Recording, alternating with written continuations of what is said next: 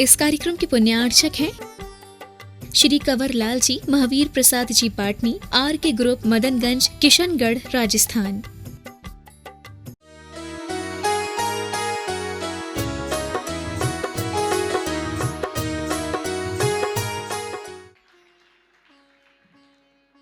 भगवान का गर्व होने के उपरांत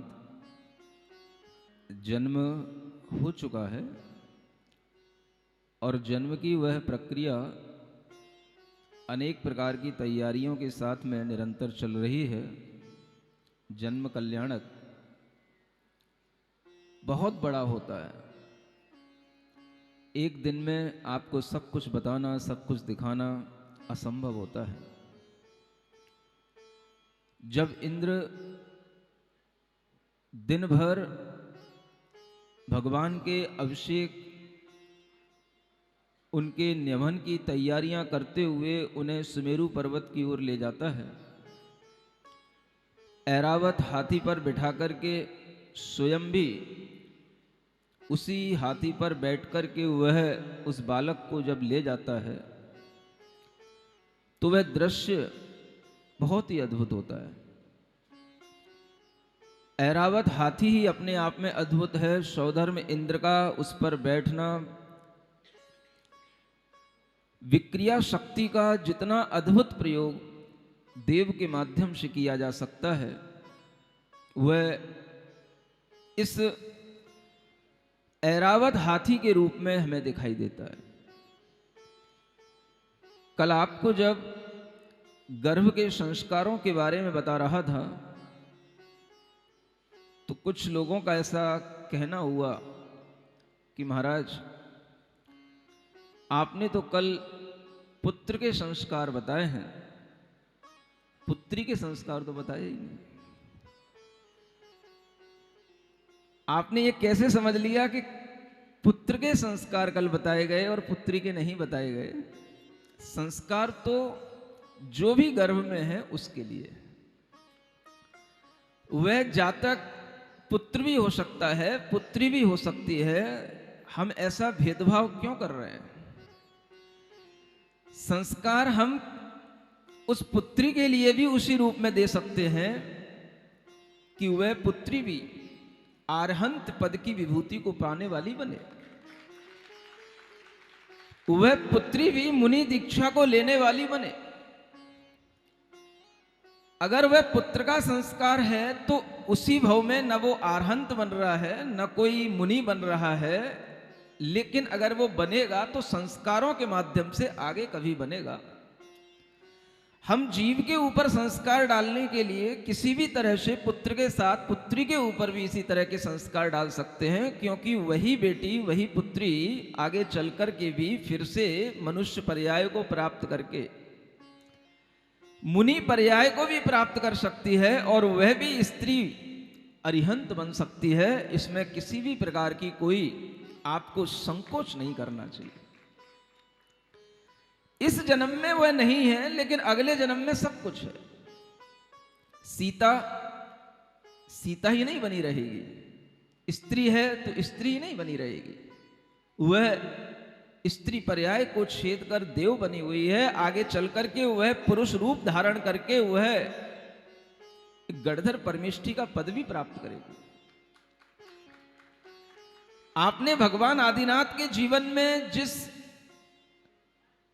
राजा के लिए यह देखा होगा कि वह 10 भव पूर्व में भगवान आदिनाथ का जीव जो चारण रिद्धिधारी मुनि महाराज के लिए आहार देते हैं और उस समय पर जो पति और पत्नी के रूप में होते हैं, वह पत्नी ही आगे चल करके वह राजा श्रेयांश का जीव बनती है और वह भगवान आदिनाथ के गणधर बनकर के वह मोक्ष प्राप्त करती है। स्त्रियों के लिए भी पूरी मुक्ति का द्वार खुला हुआ है। थोड़ा सा आप समझने की कोशिश करें। इस भव में किसी के लिए कुछ नहीं है, लेकिन आज की तैयारी हमारे लिए अगले भवों में काम आने वाली है। और हमेशा ये ध्यान में रखो, युद्ध के मैदान में पहुंच करके योद्धा वही युद्ध कर सकता है जिसने पहले से अभ्यास किया हो, पहले से तैयारी की हो। अचानक से हर किसी को युद्ध के मैदान में नहीं पहुंचा दिया जाता। अगर आपको मोक्ष मार्ग का पथिक बनना है, कर्मों से युद्ध करना है, आपको भी एक योद्धा की तरह पहले से कर्मों से लड़ने के लिए तैयारियां करनी पड़ेंगी। आपको भी पुण्य अर्जित करने पड़ेंगे, अपने अंदर संस्कार डालने पड़ेंगे, और वह संस्कार किसी काल का इंतजार नहीं करते। जब चतुर्थ काल आएगा तब हम संस्कार डाल लेंगे, जब साक्षात अरिहंत भगवान मिलेंगे तब हम उनके समोसरण में बैठ करके सम्यक दर्शन प्राप्त कर लेंगे। हमें तो डायरेक्ट क्षायक सम्यक दर्शन ही प्राप्त करना है। छोटे मोटे सम्यक दर्शन से क्या होगा, औपसमयक क्षयोपसम ये तो होके भी छूट जाते हैं। ऐसे भी कुछ ज्यादा पढ़े लिखे लोग बातें करते हैं, लेकिन उन्हें पता नहीं होता कि कभी भी वह क्षायक सम्यक दर्शन की प्राप्ति से पहले क्षयोपसम सम्यक दर्शन होना अनिवार्य होता है। उसके बिना कभी भी क्षायक सम्यक दर्शन नहीं होता। और क्षयोपसम सम्यक दर्शन इसी प्रकार के निमित्तों को देख करके होते हैं। जो निमित्त आप यहां देख रहे हैं, ये आपके लिए सम्यक दर्शन की प्राप्ति का निमित्त है। तीर्थंकरों की कथा सुनने से अनेक ज्योतिषी आदि देव भी, भवनवासी व्यंतर और अनेक वैमानिक देवों में भी मिथ्या दृष्टि देव जो रहने वाले होते हैं, वे भी जब इस तरह की महिमा तीर्थंकरों की देखते हैं तो अनेक मिथ्या दृष्टि देवों के अंदर भी सम्यक दर्शन की प्राप्ति केवल भगवान के जन्म कल्याणक को देख करके हो जाती है। ये वो महिमा है। इस महिमा के लिए कोई ये नियामक नहीं है कि जब भगवान का जिन बिंब प्रतिष्ठा होती है तभी पंच कल्याणक होते हैं। आप भ्रम में मत रहना। ये तो भगवान की महिमा दिखाने का अवसर है, और ये अवसर अभी तक ब्लॉक था, बंद था, बिल्कुल ही होता ही नहीं था। अब ये शुरू हुआ है, और इसकी ये शुरुआत हुई है कि भगवान की महिमा तो हम कभी भी देख सकते हैं। श्रावण हो, भादों हो, कोई भी समय हो। पंच कल्याणक के लिए हमें तिथियां नियोजित करनी पड़ती हैं। इस पंच कल्याणक के लिए हमें कोई तिथि नियोजित करने की आवश्यकता नहीं है। जिस तिथि पर भगवान आएंगे वही हमारे लिए मंगल तिथि है, और संयोग से सब अच्छा होता है। कई लोग आज जन्माष्टमी मना रहे हैं। आप भगवान पारसनाथ के लिए जन्म कल्याणक का अवसर प्राप्त हुआ है, आप भगवान पारसनाथ का जन्म कल्याणक मना रहे हैं। ये भगवान तीर्थंकरों की महिमा का वर्णन सम्यक दर्शन का कारण है, और इसीलिए यह अनेक पुराण ग्रंथों में लिखा गया।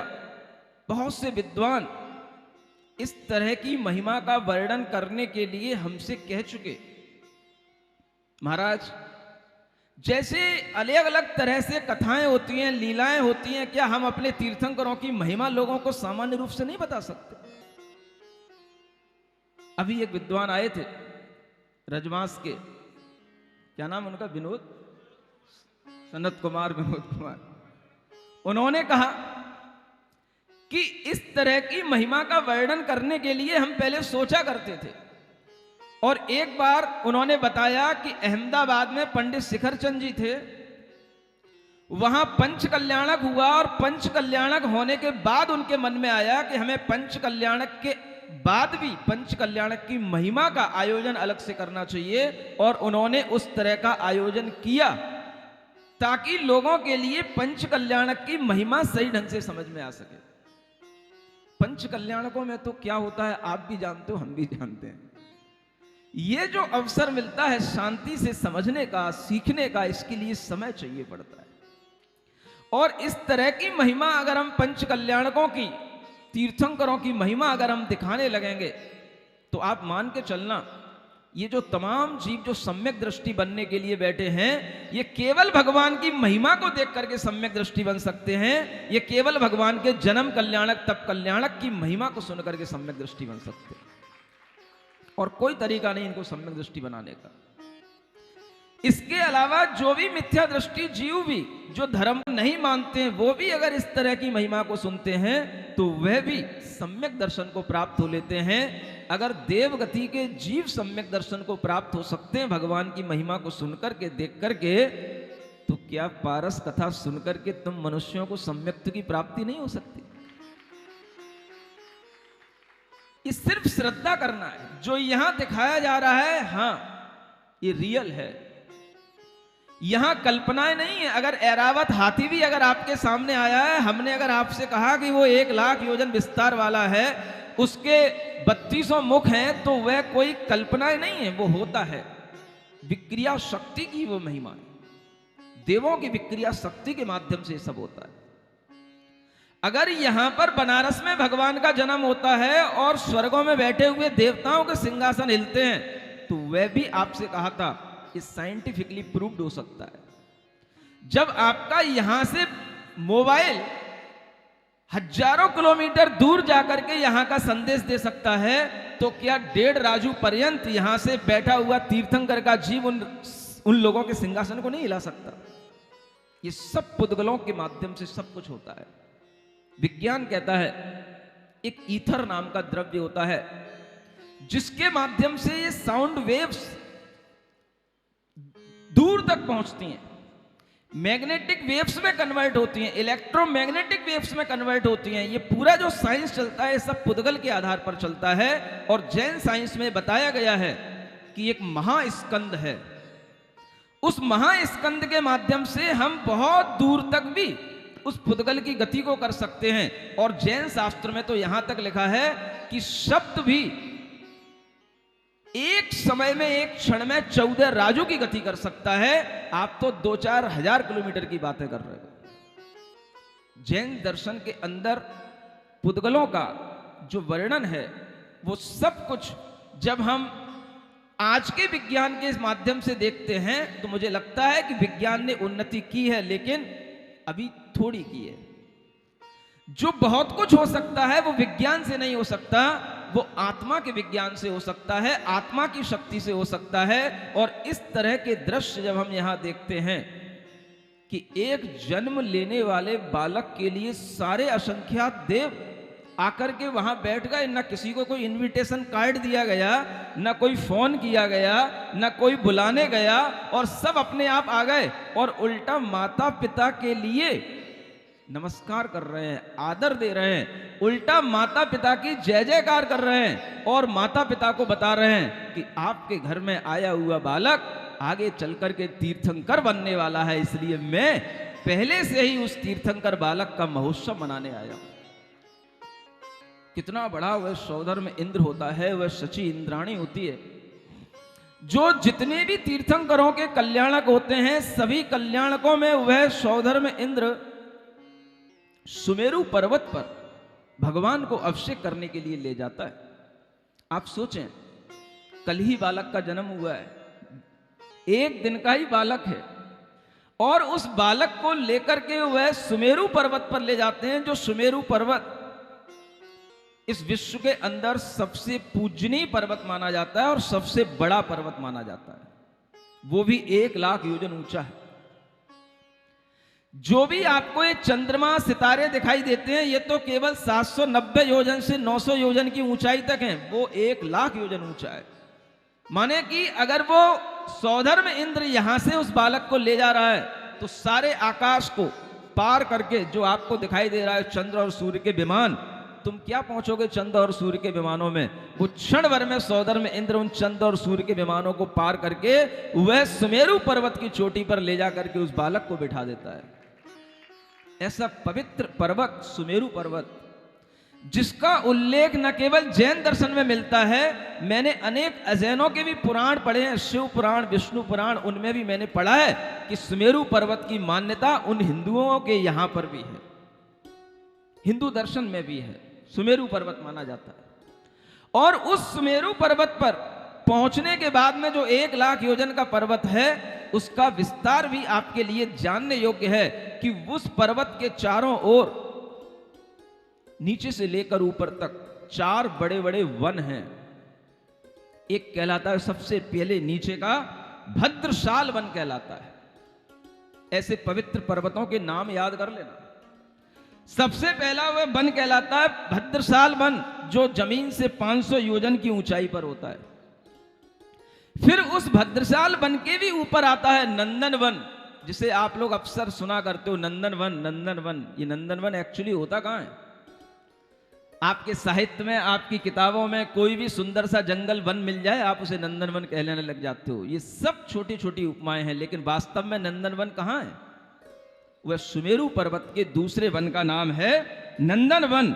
और उस नंदनवन पर भी चारों ओर जिनालय बने हुए रहते हैं। उस नंदनवन के ऊपर होता है सोमनस वन, और सोमनस वन के ऊपर होता है पांडुक वन, और पांडुक वन के भी ऊपर होती है पांडुक शिला,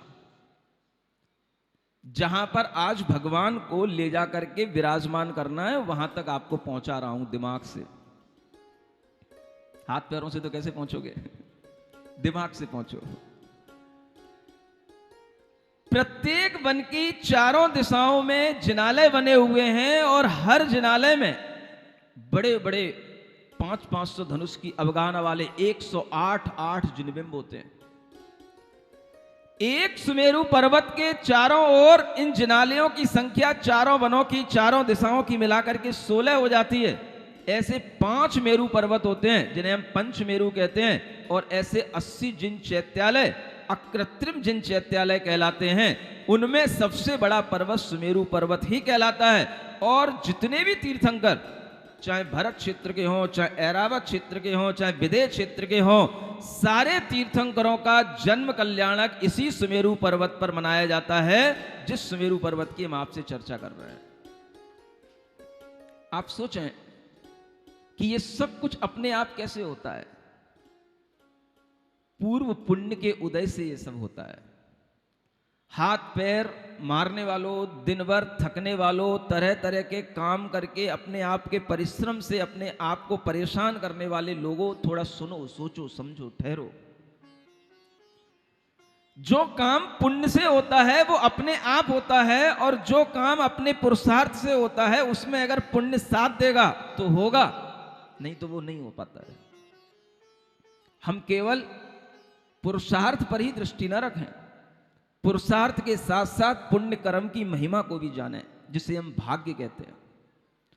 जब भाग्य की लक्ष्मी आगे आगे चलती है, भाग्य आगे आगे साथ देता है, तो ये सब काम अपने आप होते हैं। और जिस पांडुक शिला पर पहुंच करके भगवान को बिठाया जाता है, वो शिला भी बहुत बड़ी होती है।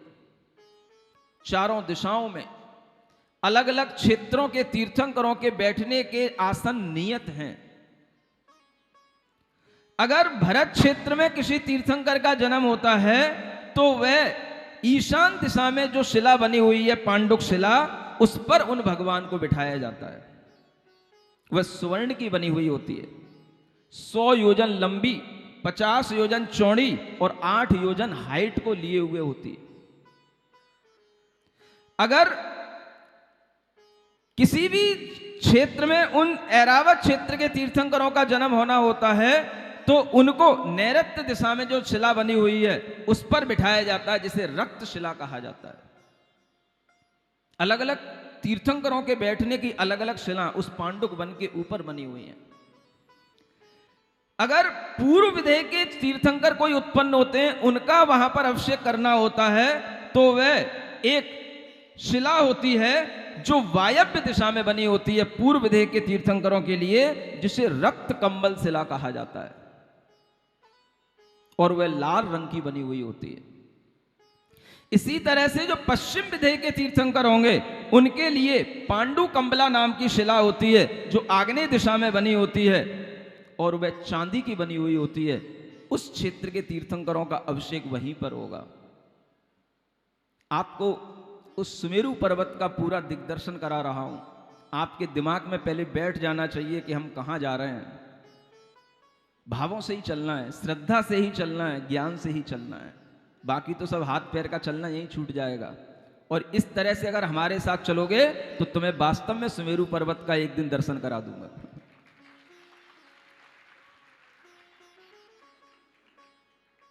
इस तरह की श्रद्धा एक बार आपके अंदर बन जाएगी, और इस तरह की श्रद्धा की आंखों से अगर आपको भगवान देखने में आने लग जाएंगे, तो आप मान के चलना कि आपको साक्षात तीर्थंकर भी दिखाई देंगे। अभी तो यहाँ पर प्रतिमा अभिषेक किया जा रहा है, लेकिन साक्षात तीर्थंकर का भी अभिषेक आपके सामने आएगा। क्योंकि अगर आप इस तरह की श्रद्धा रखेंगे तो नियम से ऐसे देवत्व को प्राप्त होंगे जहां पर आपको ये सारे के सारे कार्य देखने को मिलेंगे। क्योंकि अनेक क्षेत्रों में तीर्थंकरों की उत्पत्तियां होती रहती हैं और हमेशा ये पंच कल्याणक महोत्सव चलते रहते हैं। आप लोगों को सिर्फ अपने भावों में श्रद्धा बना करके रखनी है। ये आंखें मिली हैं, इसके साथ साथ भीतर हृदय की आंखें खोलना है। उस हृदय की आंखों के लिए आपको श्रद्धा लाना है। श्रद्धा जानते हो? किसी बेटी का नाम नहीं ले रहा हूं। आस्था, विश्वास, फेथ, बिलीव जिसको हम कहते हैं, अगर वो हमारे हृदय में होता है तो हमारा ज्ञान उसी के साथ काम करता है और फिर हमें श्रद्धा की आंख से हमें सब कुछ सही दिखाई देता है। ऐसी आंखें बना करके बैठो। और अगर ये आंखें खरीदनी हो तो ऐसी महोत्सव में, ऐसी सभाओं में आकर के बैठो, ये आंखें आपको फ्री में मिलेंगी। इन आंखों से देखने की कोशिश करोगे तो आपको सब दिखाई देगा। श्रद्धा की आंखों से देखो, पत्थर में भगवान दिखे हैं। पत्थर में भगवान दिखे हैं, गुरु दर्शन में भगवत मूर्ति, गुरु दर्शन में भगवत मूर्ति। हमको तो श्री राम दिखे हैं, हमको तो श्री राम दिखे हैं। श्रद्धा की आंखों से देखो, आंखों से देखो। आते आते लौट गए क्यों, आते लौट गए क्यों। दहली सुनी छोड़ गए क्यों, दहली सुनी छोड़ गए क्यों। आंचल उड़ता उड़ता पुकारे, आंचल उड़ता उड़ता पुकारे। आओ संवरिया तुम ही सहारे, आओ सांवरिया तुम ही सहारे। आओ संवरिया तुम ही सहारे। आओ सांवरिया तुम ही सहारे। राजपाट तज चली बावली, राजपाट तज चली बावली। राजपाट तज चली बावली, राजपाट तज चली बावली। तब राजुल को नेमी दिखे हैं, राजुल को नेमी दिखे हैं। श्रद्धा की आंखों से देखो, पत्थर में भगवान दिखे हैं। श्रद्धा की आंखों से देखो, पत्थर में भगवान दिखे हैं। मंगल भवन अमंगल हारी, पारसनाथ जगत हितकारी। सुख संपत सब ही घर आवे, पारस कथा भविक जो गावे, पारस कथा। भविक जो गावे। ऐसे महामेरु पर्वत के ऊपर आपको ले चलते हैं इसी पुराण के माध्यम से, इस कथानक के माध्यम से। महामेरु के मस्तक भाग, पांडुक वन बहुधर सुहाग। जो जन सहस जासु विस्तार, सुर चारण खग करे विहार। जिस पांडुक वन पर सुर माने देव, खग माने विद्याधर और चारण माने चारण रिद्धिधारी मुनि महाराज ही पहुंच सकते हैं। इसके अलावा वहां सामान्य व्यक्ति नहीं पहुंच सकता है। इसलिए अपने भाव श्रद्धा के इतने ऊंचे बना करके रखो कि एक दिन हम भी वहां पर पहुंच करके देखेंगे, ऐसा मन में विश्वास लेकर के रखो। चहु दिस चार जिनालय तहां, सगन सासते तरुवर तहां। मध्य चूल का मुकुट सरीस, सोवत जो जन 40। 12 जो जन जड़ विस्तार, 8 मध्य और ऊपर 4। जाके ऊपर रजत विमान, रोमातर नर क्षेत्र प्रमाण। तिस ईशान दिशा शुभ थान, मणिमय शिला सासती जान। पांडुक वाम फटिक उनहार, आकृति अर्ध चंद्रमाकार। यह मणिमय शिला ईशान दिशा में जो बनी हुई है उसी का नाम पांडुक शिला है। स्फटिक की उनहार माने उपमा को धारण करने वाली अर्ध चंद्राकार शिला होती है। और उस शिला का जो आयाम आपको बताया वो यहाँ लिखा हुआ है सौ जो जन आयाम अभंग विस्तर आदि 8 उतंग। सुर विद्याधर पूजत नित्य भरत खंड जिन न्योन परित। तहाँ हेम सिंहासन सार रतन जड़त शोभल आकार। धनुष 500 उन्नत जोए भूमि भाग विस्तीरन सोए। ऊपर जास अर्थ विस्तार जाके तेज मिटे अधियार। इसकी पर पद्मासन साज पूरब मुख ढाके जिन राज। वह सौधर्मेंद्र ऐरावत हाथी पर ले जा करके उसी पांडुक शिला पर जब पहुंच जाता है तो उस जिन बालक को पूर्व दिशा की ओर मुख करके स्थापित कर देता है। और उस अवसर पर क्या होता है, इस अवसर सो है इम ईस मानो मेघ रतन गिरि शीश। तुझा कलश दर्पण श्रृंगार चमर छत्र सब प्रतिष्ठित धार। उस अवसर पर जब वह बालक को वहां बिठाया जाता है, विराजित किया जाता है, तो आपको पता है कि पारसनाथ भगवान का रंग क्या बोलते हो, सांवलिया पारसनाथ। कैसे हैं वो? हाँ, सांवले रंग के हैं। और ऐसा लग रहा है कि वह सांवला रंग इतना चमक रहा है, इतना चमक रहा है कि चारों ओर जो मणिमय शिलाएं हैं उस पर बैठा हुआ वह बालक ऐसा लग रहा है कि जैसे चारों ओर नभ के अंदर बिजली के बीचों बीच चारों ओर मेघ छाए हुए हैं और बिजली की कौंद बीच में आ रही है, ऐसा वहां पर अनुभूत हो रहा है। और ये अनुभव आज आपको सुबह से हो रहा होगा जब चारों ओर मेघ छाए हुए हैं और एक अच्छा देखो हवा बह रही है। भगवान के वातावरण का यह प्रभाव है कि जैसा वातावरण अगर वहां पांडुक शिला पर बनता है, अगर हम यहां पर वह आराधना कर रहे हैं तो यहां पर भी वह इंद्रदेव कुछ ना कुछ अपना भाव लेकर के हमारे लिए प्रशंसा करते हैं, आशंसा करते हैं कि जो काम हम बड़े बड़े ऐरावत हाथी लेकर के कर पाते हैं, आप वो काम सहजता में कर रहे हैं। उसी शिला के चारों ओर ध्वजा, कलश, दर्पण, भृंगार, चमर, छत्र, सुप्रतिष्ठित के अष्टमंगल द्रव्य रखे जाते हैं, जो आप देखते हो कि जिन वेदी में भी अष्टमंगल द्रव्य विराजमान होते हैं। मंगल द्रव मनोहर जहां धरे अनादि निधन ये तहां। आसन दोए उभे दिस ओर जुगल इंद्र ठाड़े पीठ ओर। वहां सब व्यवस्था पहले से बनी हुई है। भगवान के बैठने का आसन अलग बना हुआ है। दोनों ओर, एक दक्षिण दिशा में, उत्तर दिशा में, एक तरफ सौधर्म इंद्र के बैठने का आसन बना हुआ है, एक तरफ ईशान इंद्र के बैठने का आसन बना हुआ है। और इस तरह से चारों दिश चारों दिगपाल यथा जोग जिन मज्जन काल। सजी शरीर उपछरा ठोक संहारी पांडुक वन रोक। भीड़ इतनी है कि सारा पांडुक वन भर गया है। अप्सराएं, देवियां, वो तो देवों के साथ साथ खड़ी हुई हैं, लाइन में लगी हुई हैं।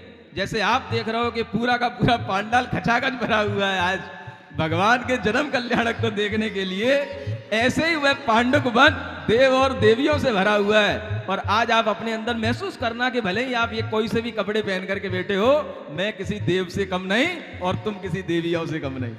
तुम्हारे संस्कार में यहीं से करता हूं कि तुम सब देव और देवियां आज लंबी लाइन लगाना है। और लाइन केवल बस आपको हाथ लगा करके बताना है कि अगर देवों की लाइन क्षीर सागर तक लग सकती है तो हम भी अपनी लाइन हाथ से हाथ लगा करके भगवान के अभिषेक तक अपने हाथ पहुंचा सकते हैं। चौविधि देव खड़े चौपास जन्म नौन देखन हुल्लास। जियो महामंडप हरि कहाँ तीन लोक जन निवसे जहाँ। कल्प कुसुम माला उनहार लटके पदुप के महंकार। सुरवा चित्र बजे बहुभाए सुर भी सुनंद रही महकाए। चारों तरफ देव ही देव हैं, देवियां ही देवियां हैं, क्योंकि वहां पर और कोई हो नहीं सकता है। मुनि महाराज अगर होंगे उस नंदन वन में तो बैठे बैठे ध्यान कर रहे होंगे। आपके लिए ये सौभाग्य की बात है कि मुनि महाराज आपके लिए वह पारसनाथ भगवान की महिमा बता रहे हैं।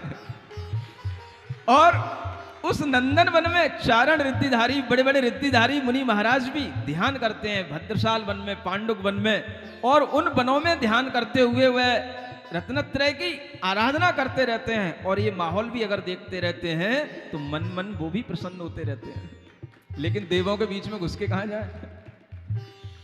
चारों तरफ कुसुम मालाएं, अनेक तरह की सुगंधित कल्प वृक्षों के फूलों की मालाएं, देवों के द्वारा बजाए जाने वाले वादित्र और सभी तरह की गंधोदक वृष्टि आदि का अनुपम माहौल बना हुआ है।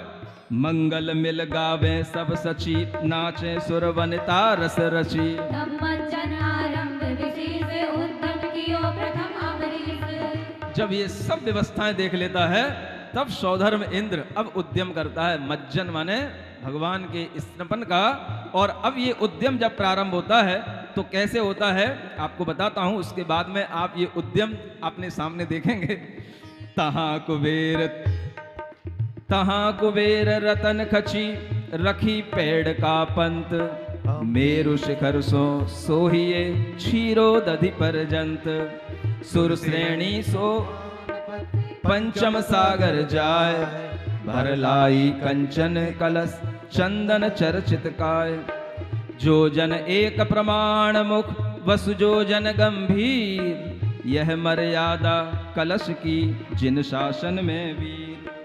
मुक्ता मल मंडित लसे कंचन कलश महन, नव बनता के उरजे योवती शोभन। कहा जा रहा है कि उस मेरु के शिखर पर क्षीरोदधि पर्यंत तक देवताओं की लाइन लगी हुई है।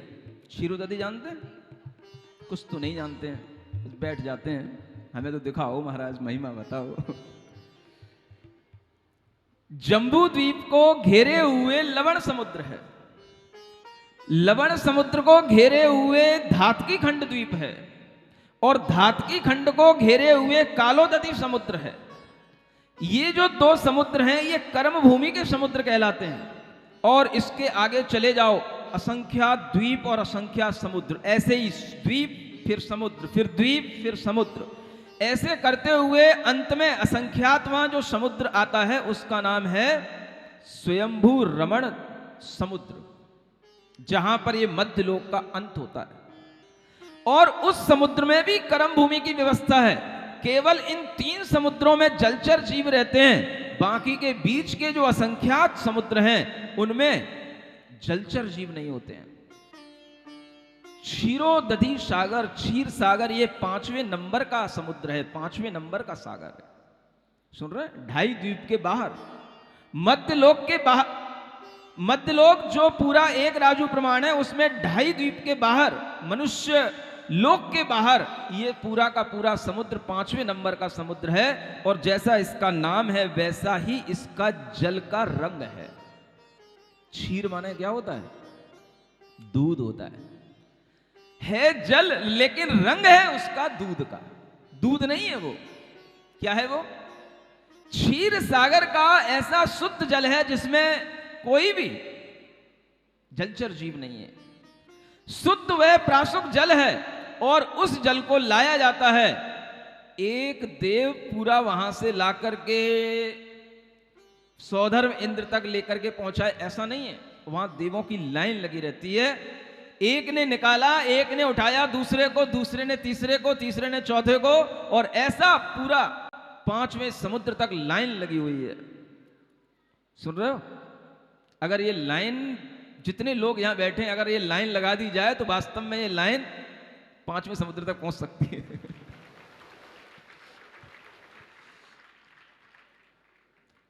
ऐसी लाइन के माध्यम से वह जल आता है, और जल आकर के जिस कलश में जल आता है, जिस कलश से वह जल को भगवान के ऊपर डाला जाता है, ढोरा जाता है, वह कलश कैसा होता है भाई? कितना बड़ा होता है? 1 योजन का उसका मुख होता है। मुख माने ऊपर का, सुन रहे हो? 1 योजन माने कुछ जानते हो? बताओ 1 योजन कितने का होता है? अब छोटे ही किलोमीटर ले लो यार। 1 योजन माने 4 कोस, और एक कोस में 3 किलोमीटर, तो 1 योजन हो गया 12 किलोमीटर का। 12 किलोमीटर का उसका मुख है। वो कलश कितना गहरा होगा? 8 योजन गहरा होता है। सुन रहे हो? 12 8 96 किलोमीटर गहरा। और बीच में जो उसका उदर होता है वो 4 योजन का फैला हुआ होता है। कलश होता है ना, कलश की शेप, समझ आ रहा है? वो 4 योजन का उसका उदर होता है। 8 योजन गहरा, 1 योजन का उसका मुख है। इतना बड़ा कलश है। सुन रहे हो? चक्कर तो नहीं खा गए?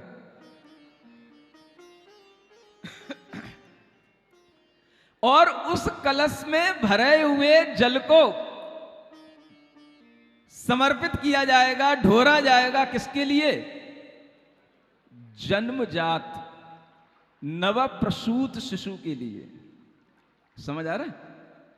इतना वह 1 दिन का बालक और इतना बड़ा बड़ा कलश का जल अगर सहन कर लेगा तो आप समझ सकते हो पौरुष बल जन्म से प्राप्त होता है, जिमों में जाने से प्राप्त नहीं होता है।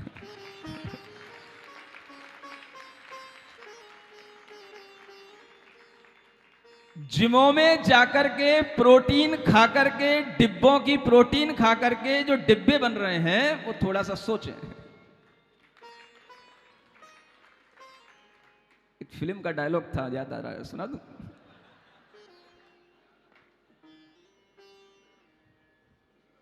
डिब्बे का दूध पी पी करके सब डिब्बे हो गए। अब नाम नहीं बताऊंगा इससे ज्यादा।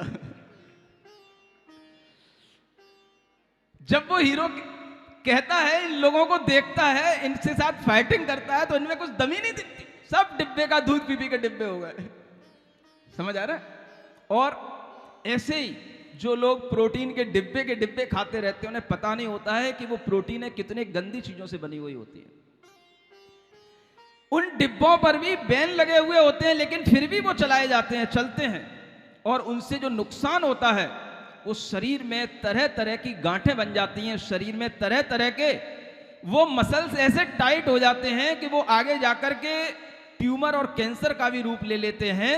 अगर उन डिब्बों की प्रोटीनें नुकसान कर गई तो आदमी का जीवन भी चला जाता है।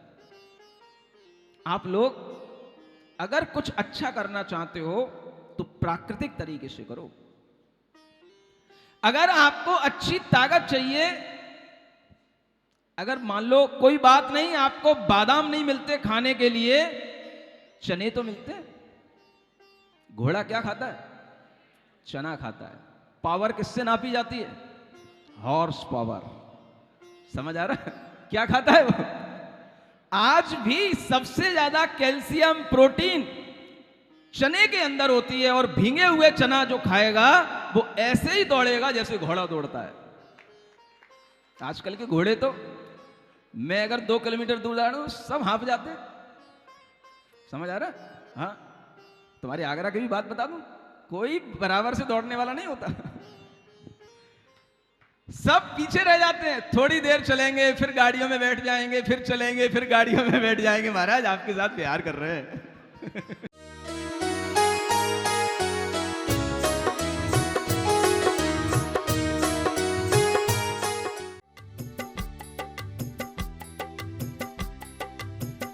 इस कार्यक्रम के पुण्यार्चक थे श्री कंवर लाल जी, महावीर प्रसाद जी पाटनी, आर के ग्रुप, मदनगंज, किशनगढ़, राजस्थान।